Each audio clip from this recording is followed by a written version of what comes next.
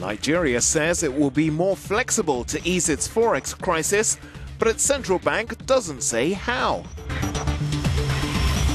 Egypt digs for gold again amid renewed investor interest.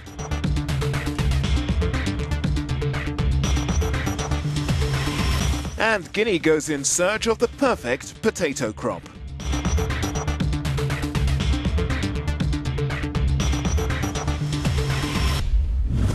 Hello and welcome to Business Africa. I'm Takunbo Salako.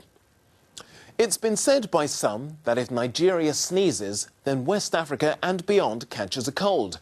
That's why its foreign exchange policy is so important.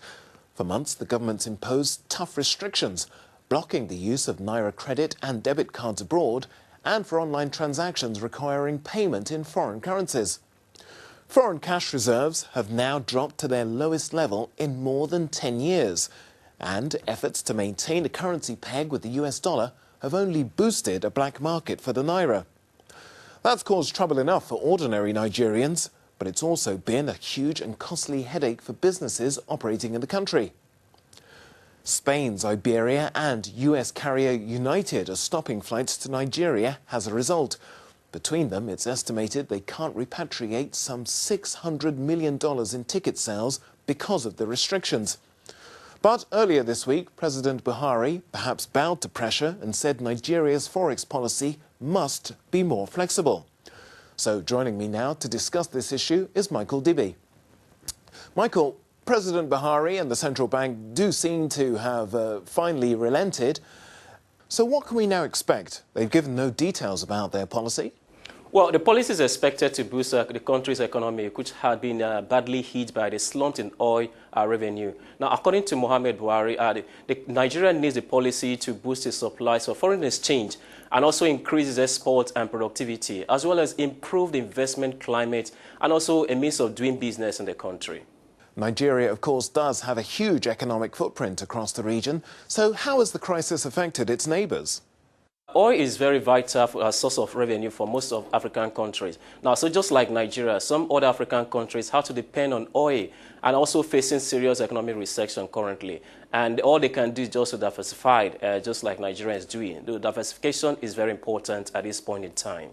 Now, this forex crisis has, of course, had a massive effect on Nigeria's day-to-day business. So what realistic hope do companies such as Iberia and United have of repatriating their ticket sale revenue? Now, air connectivity is so vital to all economy. Now, the airlines industry is a competitive business. Now, operating in thin margin. So the efficient repatriation of revenue is critical for airlines in order to be able to play their role as a catalyst for economic activity. It is not reasonable to expect airlines to operate in nations where they cannot efficiently collect payments for their services. So repatriation will definitely take time. I mean, it will come to reality, but it will take time. Well, Michael, thank you very much for your analysis on the situation.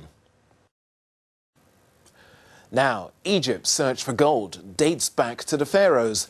Some of its long-forgotten mines are thought to stretch as far as Eritrea and Saudi Arabia. Increasingly, though, geologists believe that underneath the country's dusty desert landscapes lie many more hidden treasures.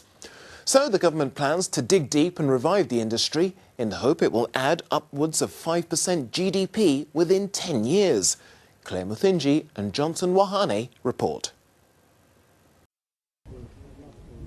Under the sweltering heat of Egypt's rocky eastern desert, these men are hard at work inspecting the neatly lined pieces of rock. To the naked eye, these cylindrical rocks may not hold much value, but upon closer scrutiny, more is revealed. Striking gold is the aim of Alexander Nubia, a company that is betting on the potential of Egypt's dormant gold industry. There's about 6,000 years of mining history here, and a large part of it was gold.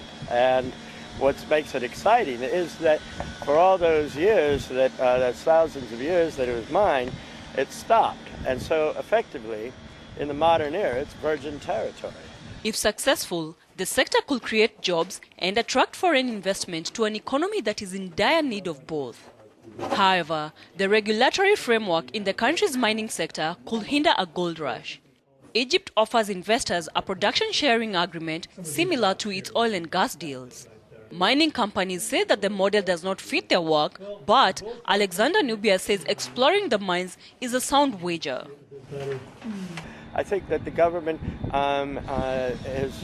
needs to be more proactive in promoting the area, because I think that it has enormous potential. They understand that they need to create an investment environment that will make it attractive for companies to come, and they're doing that. The Egyptian government hopes that the gold sector will contribute more than 5% to the country's GDP in the next 10 years. We end this week's show with a trip to Guinea, where the government has made an effort to industrialise the production of potatoes and create new fair trade options. The country has traditionally relied on mining for its export wealth, but it's hoped new technology and farming methods could give the sector a much-needed boost. Victor Musillo and Amel Nga have more. The rolling grasslands in the highlands region of Fouta Djallon is the home of intensive agriculture in central Guinea, and it is here where potatoes are a dominant crop. Some 300 kilometers from the capital Conakry lies the Madina Timbi area near Peter Town, an area that is famous for potato production. Over 35,000 tons are harvested annually, and that accounts to about 70% of the national production. However, acquiring mechanized labor is a great challenge here, and most of the work is carried out manually. If it was mechanized, it would take me a maximum of 2 days to plant on these 10 hectares. On the other hand, using manual labor would take many days, especially when I don't have sufficient workforce. And even when I do, it's usually not very competent. In 2011, farmers in the region established a cooperative society to help them efficiently market their produce. Through the cooperative, they have been able to set up storage facilities for their stocks and seeds. This facility is primarily used to regulate the market to prevent post-harvest losses, ringworms attack, which were common when we were using the old storage systems. The storage facility, however, still lacks adequate storage equipment to help in conserving their produce. We don't have all the necessary storage equipment, including conservation phones. We don't have the standard boxes for storage, so we use these ones. The standard ones are more airy and the best for storage potatoes, so because of that, our storage capacity is limited. This cooperative also offers extension services to all farmers in the region. It avails short, medium and long-term funding to farmers to help them finance their activities. We have a technical team that accompanies them. We also offer them extension input at the state level. We've also found relay peasants to help them. All of this is to help farmers boost their production. In October 2015, Guinea's President Alpha Conde commissioned a potato processing plant in the region. The farmers hope to make maximum profits out of it. That's all we have time for this week. You can tell us what you think of our business on our social website pages. And don't forget, there's always more on Africanews.com. Thanks for watching and see you next week.